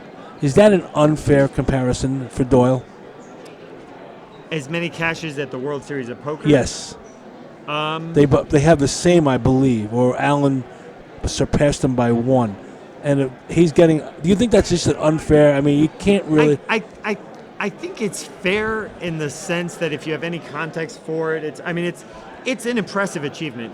Doyle has a lot of caches, but that's not how you measure. You're taking Alan Kessler's number 1 stat. Like if you had to say what's the best thing in terms of stats about Alan, it was probably his number of caches. But if you look at Doyle Brunson and say, how do you explain this guy's career? Number of caches is irrelevant. It's not a factor for Doyle. He took so many years off. When poker got big is when he was scaling back how much he was playing. He focuses on cash games. I don't think Alan plays cash games at all. So no, it's not fair in terms of who's the better player. Look at the caches. But it's a valid thing, I think, for Alan to say. But if he ever used it as proof that I am better than than Doyle Brunson, it would just be absurd. To even think that. And I'm sure, I don't know the exact number, but I'm sure Allen has played a lot more tournaments than Doyle has here at the World Series. It would be a much more valid staff if he said his cash percentage. If he said, based on the number of WSOP events I played, I cashed in 7% and Doyle only cashed in 6%. Again, that's not how you measure Doyle's success, but that would be a little more valid of a comparison. You know, the other day, Mark and I touched upon the subject. Would you like to see, instead of total tournament winnings, total net profit for a... Absolutely. Yeah, that would be a true test of who is a real good tournament player. We've talked about this in the reporting media for years. The problem is we simply don't have the data on it. The casinos don't run. And I think it's fair that the players, when they win money in a tournament that has coverage, that amount they won is going to be reported by the media. I think that's fair. But for every time they enter, for it to be reported, I don't know. That to me feels crossing a line, to just be able to write an article and say, this past year, player X has lost $1.1 million in buy-ins. For a random player, that just feels invasive to me. That would be like reporting the nature of a deal that wasn't public. Like if a player reports a deal on Twitter or talks to a reporter and, in their victory celebration, they say, well, I only had half of myself and I sold the other half, then it's fair game to report. But if a player had a private backer or private deal, I feel like that doesn't directly affect the action on the felt. Therefore, it is none of my business. I may ask them about it, but if they choose to not talk about it, end of discussion. Yeah, but if you give a player enough arrows, eventually he's going to hit the bullseye. You know, and I think that's what was unfair during the internet boom when all these sponsored players. It's skewed even more by these high roller events. Now you can buy in for $1 million. Right. Like, if you buy into the one drop and min cash, all of a sudden your earnings go up the same as if you win a major $10,000. And you may have only been a 2007 WPT event with $1 million first prize is way more difficult beating a field of like 700 people or 600 people than 108 min cashing in a 40-player tournament, Right. 42-player tournament. All right. Well, BJ, it's bracelet time. Okay. So I'm gonna unfortunately, I know have to you head have to go, but it's good to see you, my friend. All right, I appreciate it. Thanks for coming I over. will say Appreciate it. It was more fun when it was just you and me kind of shooting the breeze last night with no pressure and no microphones. But this is always fun, too. I'm always happy to come on the show. I hope the listeners haven't been like, oh, my God, get this guy out of here. Shut up about the Star Wars and whatever else. I did that just to prove a point. You know that, but right? My point. Oh, yeah, I knew what you were doing. Yeah, But it's great. Here's the problem. I can't resist the bait. I'm, like, physically incapable of resisting that bait. I'm very easy to bait into an argument. I didn't even start an argument with you. No, on that, no, which you is just great. I started just a late. I just said soliloquy, a topic. monologue. Go. Boom. So Yoda, biggest Academy Award snub of all time. Frank Oz should have been nominated. Should have won, but I would have been pleased with the nomination. Best Supporting Actor, 1980, Empire Strikes Back. Done. BJ Nemeth, everybody. Hey, have fun over the WPT event at the Aria. Tell everybody I said hi. I know exactly who you're talking about. Like Ramsey and Shannon, you two. You owe me dinner. Tell them they owe me dinner. They do. They owe me dinner after that. I'll tell them they owe both of us dinner just to get a free dinner from us. There, that's perfect. All right. BJ Nemeth, everybody. Hey, Michael. Robert Varconi is in the house, by the way. I saw that. We're resituating here a little bit. Players heading back in from their break. They have survived level 1. Bernard Lee was thrilled about that. He did get off to a late start, though.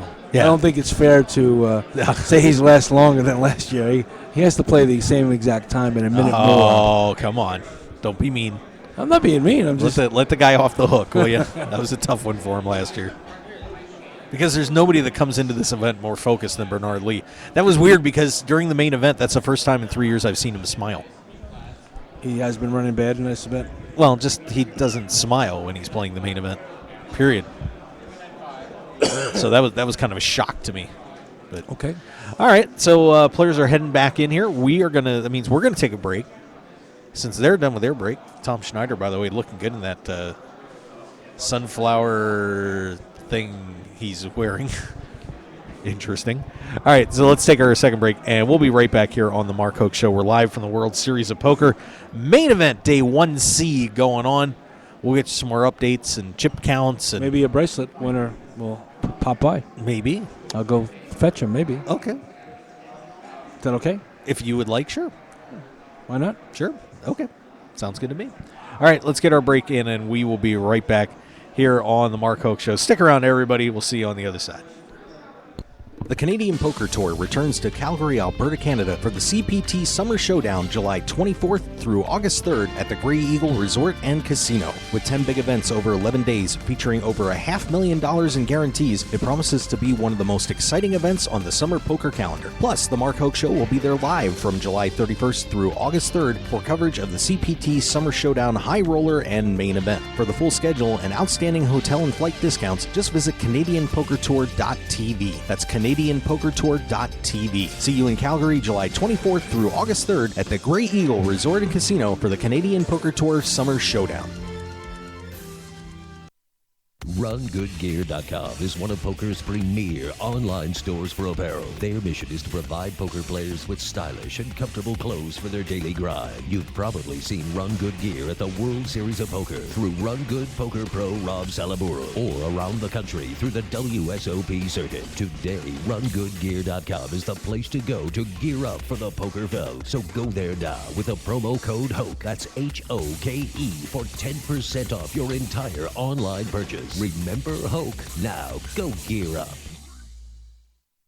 When it comes to custom poker tables, why would you buy something someone else designed and even named for their sales or marketing purposes? The Nighthawk, the Gambler, the Big Slick, the Nuts. Sure, you can customize it if you want, as long as you choose between black, red, or even green cloth, but that's about it. When you choose to play off tilt, it's not just another table, it's your table. The same price gets you a fully custom designed table that reflects your style and game. Off tilt makes it easy to design a truly one-of-a-kind custom poker table that'll give you home table advantage. Sure, Off Tilt could name their tables for marketing purposes, but why? It's not ours. We don't play on it. And to be honest, there are over 1,000 named Off Tilt tables worldwide, including the WSOP, the Deep Stacks Poker Tour, the Jonathan Papelbon, as well as Julie's, Chris's, Scott's, Amber's, Tristan's, just to name a few. So let us add your name to the list and deliver a truly custom-crafted, furniture-quality poker table worthy of your game. Visit www.offtiltpokertables.com or call Brian Knott today at 262-490-3812. We'll show you why Off Tilt is the only way to play. Sports bettors, tired of getting beat every week at your sportsbook? It's time to stop guessing and start winning. We all know cash is king, and it's time to let the team at Double Digit Covers come to the rescue to help you get the positive cash flow you need to live the life you've always dreamed about. Tony Dos and his all-star sports handicapping team will be in your corner to help you beat the point spread, bring excitement and winning to your betting experience, and build your bankroll to levels you never thought possible. Get free winning sports information at doubledigitcovers.com. Stop guessing and start winning today at doubledigitcovers.com. Call now for today's free winner. 1-855-489-2700. That's 1-855-489-2700. At Team Poker Joker, we build innovative, high-performance, poker-focused apparel designed to keep you cool and calm in tough situations. Wait, no we don't. We've just got a cool brand representing the suits of this beautiful game called poker. Our gear won't make you better, but it will keep a smile on your face. So don't be so serious and show you know how to have fun. Get your Poker Joker gear today at TeamPokerJoker.com. Grin and win today at TeamPokerJoker.com. 9 poker players on a dramatic path to glory with unbelievable twists and turns that will keep you on the edge of your seat. It's the Final 9 comic from Room 110 Publishing. Go to final9comic.com to download the first issue preview and get ready for the official launch coming soon. 9 will become one way or another. Final9comic.com. And for more details, make sure to follow them on Twitter and like them on Facebook at Final 9 Comic. The heat is on. Whether you're in the hot seat of a major poker tournament or just dealing with everyday life, stay cool with a brand new Arctic Blue cooling towel. Just wet your reusable and durable Arctic Blue cooling towel in cold water and you'll have instant cooling relief at your fingertips for up to 5 hours. The towel is lightweight and pliable, so you can keep it handy no matter where you are. Plus, it's absorbent enough to make sure you and your clothes stay dry while you stay cool. No need to sweat it out, no matter what you're doing, when you have an Arctic Blue cooling towel handy. So get the same cooling towel used by professional athletes, poker players, first responders, physical therapists, U.S. automakers, and even reality TV stars. So what are you waiting for? Visit them today at arcticblu.com and pick yours up today. Plus, enter the discount code MarkHokeShow when you check out and get 15% off plus free shipping to keep some of your cold hard cash in your wallet. It's like the Arctic Blue Bear says, it's not cool to be hot. So pick up your Arctic Blue cooling towel today. Poker players, it's time to check out DeegePoker.com. Deege Poker is the unique and clever choice for a new generation of true grinders. Representing the full spectrum of poker players from the novice to the world champion, a true Deege player gives their heart and soul for countless hours at the tables to be the best. And Deege Poker apparel shows everyone who you really are on and off the felt. So join the new generation at DeegePoker.com. That's DEEG Poker.com. Deege Poker, the world's newest poker apparel store. Want more of The Mark Hoke Show? Then follow us on Twitter at Mark Hoke Show and like our Facebook page at The Mark Hoke Show for show news and outstanding poker content from around the world. Plus, enjoy the show anytime by subscribing to our podcasts on iTunes or at markhokeshow.podbean.com. We're even on your mobile phone at markhokeshow.podbean.com/mobile. Thanks for listening and being a part of The Mark Hoke Show. This is the Mark Hoke Show. The Mark Hoke Show. Here again, your host, Mark Hoke. And we are back here on the Mark Hoke Show. Thanks for joining us. We are live here.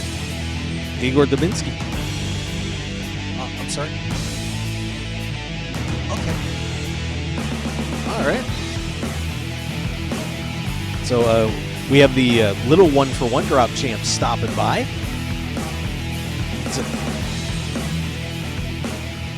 All right, and we welcome Igor Dubinsky. Congratulations. Very nice job. So, of course, happy to have you doing an interview, which we didn't get from the big one in the big 1-for-1 drop. So we do appreciate you taking the time to stop over and say hi. Hi.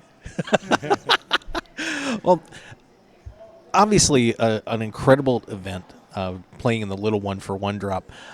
Let's talk a little bit about the charity aspect of this first, and trying to help out a little bit. How do you feel about the little 1-for-1 drop charity? Was this something that meant something something more special to you for playing this event? Честно, это очень важный ивент, потому что он связан с благотворительностью. Они хотят поверить про благотворительность. Что это тебе значит, что именно то, что в этом турнире много средств было отдано на благотворительность? Что это значит для тебя? Это была дополнительная причина, дополнительная мотивировка, то, что я участвовал в этом турнире, зная о том, что этот турнир благотворительный. It was one more motivation to take part in this tournament. So he knew that this is a charity tournament, and he wanted to play there. And of course, getting to the final table of this, a lot of very talented players. What was the ride through this tournament like for you? Getting to this final table, and seeing the talent that was around you in this tournament. I mean, it must have been very special to reach the final table. Про путь на финальный стол. Столько было много талантливых игроков. Что это было для тебя именно проходить путь до финального стола? В смысле, что это значит? Ну, опиши свои чувства, описание. Турнир был очень интересный. Было очень много различных игроков, очень сильных и обыкновенных любителей покера. Я считаю, что турнир удался на славу. The tournament was pretty interesting. There were a lot of professional players, and also he met a lot of amateurs there. And he decided that the tournament was great for him. Thanks. And getting one player at the table that a lot of us know here, Eric Baldwin, a very talented player, had to be kind of a relief to get him out of there as you were moving forward on that final table, and not having to deal with Eric anymore. What were you thinking once Eric was off that table? Они тебя спрашивают про Эрика Болдмана. Ты с ним играл, я так понял, с финальным столом, или ты его выбил? Говорят, что он очень хорош.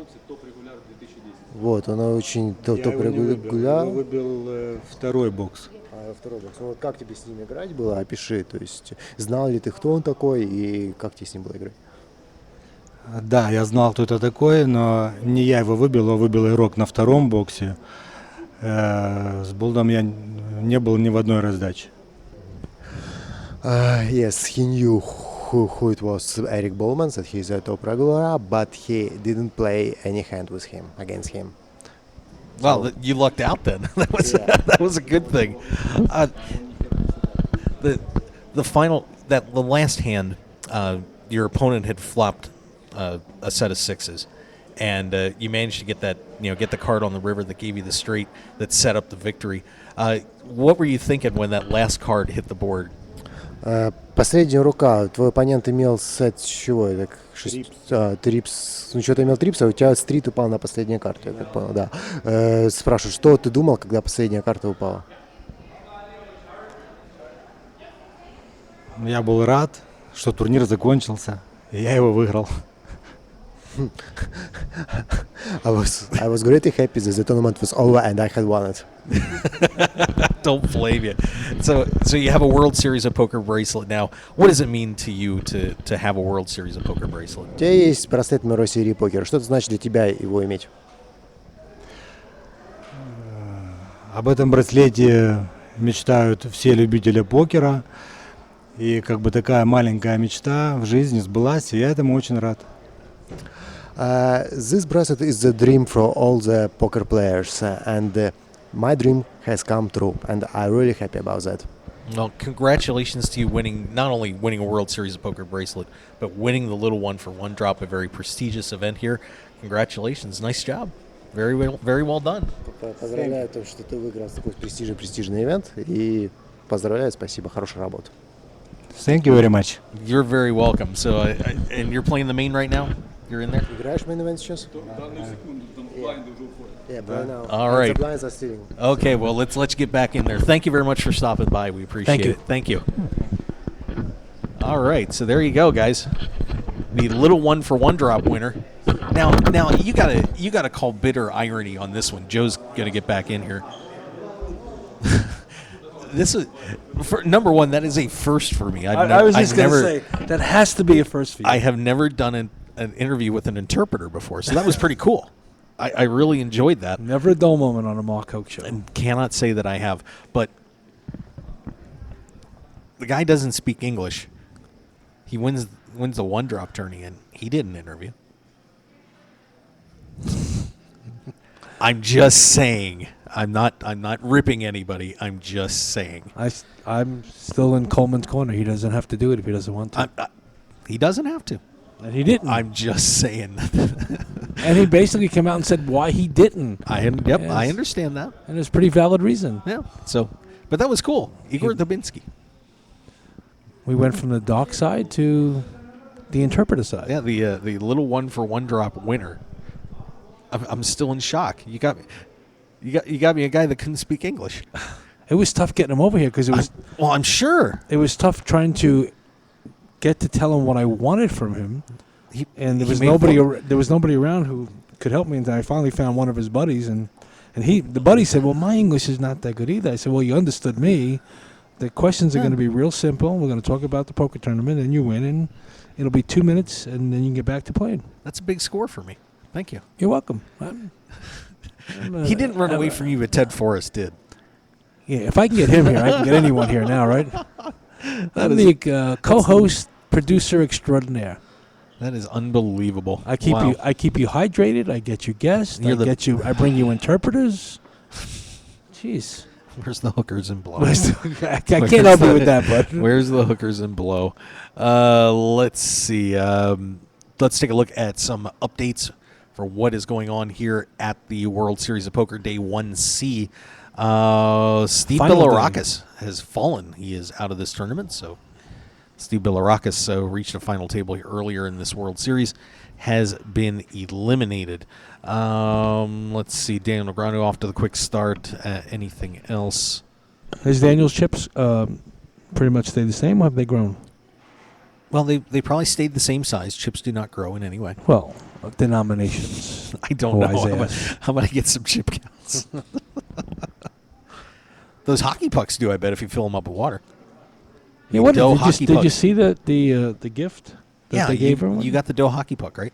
I got the hockey puck, okay. Where is it? Where's your hockey puck? It's home, where it should be. You should have kept it here. We could have used the hockey puck. To throw at people? Actually, not a bad idea. Andy Block, I don't know if you saw his Twitter. Oh, God. He had like 20 of them piled up. and he had his chin on the top of it, and he was calling it the bobblehead block doll. That was pretty good. Yeah, it's actually pretty funny. It was pretty good. Billy Chataway, early leader here, according to chip counts that are reported, 75,000. Matthias de Melder at 72. Daryl Ronconi at 61. Beverly Lang, 60. Barney Boatman, everybody. Barney Boatman. And Namob finally won a World Series poker bracelet last year, 58,500. Dietrich Fast reporting at 54.4. Dominic Nitschke, that's not good if he gets off to a hot start. That will be very bad for everybody in the room. He is at 53,525. Frank Williams. Everybody knows Frank Williams, 51,000. Alex Bielicki at 50,375. Henrik Hecklin at 50,000. Some other notables that have reported in: Alon Schwartz, 46,000. Cherish Andrews, 45,000. Ryan LaPlante, 44,250. Amir Lavat, 44,000. Jerry Yang, 43,000. Daniel Negreanu, 41,350. So Daniel took a little bit of a hit there. Yep. Jake Cody reporting in 41,000. Daniel Lai, 40,950. Tuan Lam. Boy, we haven't heard that name for a while, have we? You remember Tuan Lam, don't you? I do not. Remember Jerry Yang? Yeah. Tuan Lam was the victim. Oh. So there you go. So we have a Tuan Lam sighting here at the World Series, 40,300. Eric Cahalis, 39.5. David ODB Baker, also 39. Eliminations. Let's see if we've got any listed on the big board here. I'm sure we'll have a few. While you're looking at that, did you get a chip count for Robert Balconigan, who we saw walk by us? I did not. He's here. I can take a look. I think he only comes out just for the main event. I didn't see him at all in the hallways. Can you really blame him?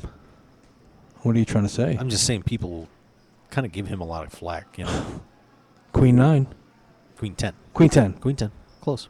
All right. So see if you were paying attention. Limitadas, Steve Bilirakis, a gentleman named Tim Colby is out. Oh, my God. Julio De La Rosa is out. Chris Danik, our buddy from Ultimate Poker. Busto, at least according to what we have here. That sucks. Chris is a good guy. There's me at Busto, too. There's a Joe Payne listed. Yeah. As 0, and then a Joseph Payne, which is me. So I'm just curious if it was really another gentleman who played who was named Joe Payne. Possibility. Who knows? All right, so that's where this little soiree is going right now. Andrew Feldman reporting, by the way, not even close to sold out on Twitter. Wow. So are my dollars looking good? It could be. Wow. It could be. I'm going to go undefeated against you during the World Series and our little dollar bets. We're not done yet. What's he going to do? Go out in the parking lot? Still start got handing out bricks of 10,000? Get in there and sign up. Well, that depends, of course, if you're in the if you're still in the main event as you keep progressing through. You know, we won't have a chance to make a bet because you're going to win $10 million. Which I'm sure you're going to claim to have a piece of me. No. Oh, really? No, of course not. I was going to give you a piece. If you want to give me a piece, great, but I'm not going to claim a piece of you. What did I do to earn a piece of your I don't World know. Series? Nothing. No, I don't know. You treat me nice. But that doesn't mean I'm going to ask you for your money. No, you're not going to ask me for money, but you might be, hey, Joe, can I borrow something? That's a possibility. Yeah, that's more than a possibility. That's a possibility. You know, Joe, I can really use the second car. You see how I've been jockeying brides and getting my wife and daughter almost arrested here at the Rio. How about a little, just a jalopy. A little jalopy. A little jalopy. I'm fine with that. Boy, the kids out there have no idea what a jalopy is, I'm sure. By the way, in the chat box, I forgot to answer this question for Brick Mason out there. What's the waiting period on legal, regulated online poker in all 50 states? 2 years, 5 years, 10 years, or not at all? In all 50 states? Yeah. Not at all. Yeah, I would say it ain't going down to Texas. It is not going down. They are so against. No, I know the state that it's not going to. That would be Utah is the answer to that question. Okay, but or Texas. So it's not going to be. I don't know. I think sometime you do. No. They've had, they're surrounded by casinos in Oklahoma, and they in Texas can see the amount of money that's generated there, and they're not budging. They bust. Give them time. Okay. Give them time. Maybe not in my lifetime. How's that? Well, then again. Yeah, we'll see. So the answer to that question is not at all. Not at all. That's my answer. But if he's looking for if you're looking for an overall vast majority of states, I think 5 years 5 could years be a reasonable number. Yep. Yeah. That would be He's asking. He says I'm 56 is why I'm asking. So it's like, will it happen before? Not I'm okay. dead? Not in our lifetime then. It's so bad. You could just move to a state that has it. Good. What state does he live in? Did he say? No idea. By the way, I do have a little news to report that apparently there is going to be a Chad Brown Memorial Tournament on Saturday at Binion's. I just asked Vanessa Russo. I saw a retweet on it. Vanessa has reported this is going to be happening at some point. There is no details right now, but as soon as we know something, we'll be more than glad to pass it along and playing the Chad Brown Memorial Tournament at Binion's coming up on Saturday. Pretty slick marketing move by Binion's. Being the first one to jump on the Chad Brown wagon. Well, there you go. But hey, if they're doing it, they're doing it. So hey, that's good. Good for them. So that's good. All right, so that's very cool. Andrew Feldman saying nowhere close to a shutout or a sellout today. Still cash games going on in Pavilion. Interesting. Very interesting. Anything else? I always like to take a quick look at the Twitter because some kids say some pretty interesting stuff. But I'm just kind of running through. You want to double the little dollar bet we have on what? On the 7,000, you feel like getting more money into action? No, I think I'm in trouble already. It'll be $69.99. You know that. Oh, that would be really sweet. It'd be so bad. It'd be so bad. 7,000. I win on 7,000 because you bet over 7,000. I just want to let you know that. I'm doing a Mark Hoke. How can I have bet over 7,000, but you could still win? That's a push. I'm doing a Mark Hoke. You can't go below me. I'm angle shooting on Mark Hoke. If you before he angle shoots on me, you'll come up with some 7,000 is a push. You'll come up with some caveat to this bet. There's no caveat to this bet. Well, you will come up with one as soon as you see. So you're caveating. Oh, I'm just saying. I'm willing. How about this? I'm willing to increase. I'm willing to increase the bet to $2. No, I'm no bet. I'm kind of looking for a buyout right now, to be honest with you. What could we surrender at? Quarter. Oh, no. I'll take the gamble. No, all right. I might let you out at 75 cents. 75 cents. I'll consider that. It's nothing to consider. It's either yes or no, and once it's a no, the offer is removed from the table. Well, I may not say no for a while until I see the count. Oh, my God. Of course, hey, we're here on the Mark Hoke Show, and thank you for being with us. Of course, we're live here at the World Series of Poker. I am the aforementioned Mark Hoke, along with Joe Payne. The aftermentioned Joe Payne. Yeah. God. This World Series is dragging. Oh, my God. It needs to end. It's almost over. We still got a week. Well. We still got a week. Believe it or not. When is when do we get to the November 9? 15th. Next Tuesday. So we still have one more week to go with this craziness, and then I'm taking 2 weeks off before I go to Calgary. Are you all taking 2 weeks off? We'll do the KLAV show, but I am not doing anything for a while except sleeping. Okay. I'm going to straight hibernation. By the way, our first show coming back out of the World Series on KLAV in 2 weeks, we got Chad Holloway from Poker News. Cool. So we'll get to hang out with Chad Holloway. That'll be fun. Coming to the studio. He's coming to the studio. Okay. Which once we see who's available after day 2A tomorrow, I think we grab somebody and go to the studio on Wednesday if we can. Okay. We'll have a list of players of who's alive, so because people won't be going. Those guys won't be going home. No. Yeah, but they'll be free. So we'll see if we can swing something. Well, I could be a guest. I should still be alive after 2A. I sincerely hope you are. I sincerely hope you are. All right. Yeah. Well, man, Brock Parker getting some tweets on there too, and oh man, I feel so bad for Brock. Ouch. You feel bad for Barack Obama? No, Brock Parker. Oh. No. Nobody feels bad for Barack Obama. Oh, and there are people that do, Joe. They're misguided. They're still in the dark. Someday they'll figure it out. And see if we got any other updates before we sign off here. Real quick, if any crazy things happen. Got a whole bunch of chip counts. No, not really. Yeah, nothing. Nothing. They got bupkis. 4,000 players, nothing. Nothing. So, all right. So that's going to do it for us. And so we'll see you guys back here 6:30 p.m. Pacific time tonight. I'm sure we'll have a lot of this that'll happen over the next 4 hours or so. Possibly. So 3.5. So should be a good time. So Joe, thank you for stopping in. Appreciate it. Oh, I'm just more than stopping in. Yeah. I was 2 minutes late though. Yeah, it's all right. So do I need to stay after we sign off? Do I need to stay 2 minutes longer? Well, can I get some food? Detention? Some food. Oh, you want me to sit here while you go get some food? Some food would be nice. Okay, I'm not gonna go get it for you. No, but, I didn't. I didn't ask you to. I'll keep an eye on the booth while you go get some food. But these people, by the way, everybody that makes some people that make day 2, they might see some Mark Hoke Show T-shirts. Ooh, by the way, we've got a few I'm going to give out. Hope you got like 4,000 T-shirts. No, I'm not giving out to everybody. Just people that don't barf up a lung. Anyway, all right, we'll see you guys this evening, 6:30 p.m. Pacific time, here on the Mark Hoke Show, live from the World Series of Poker. So stick around. We'll catch you tonight.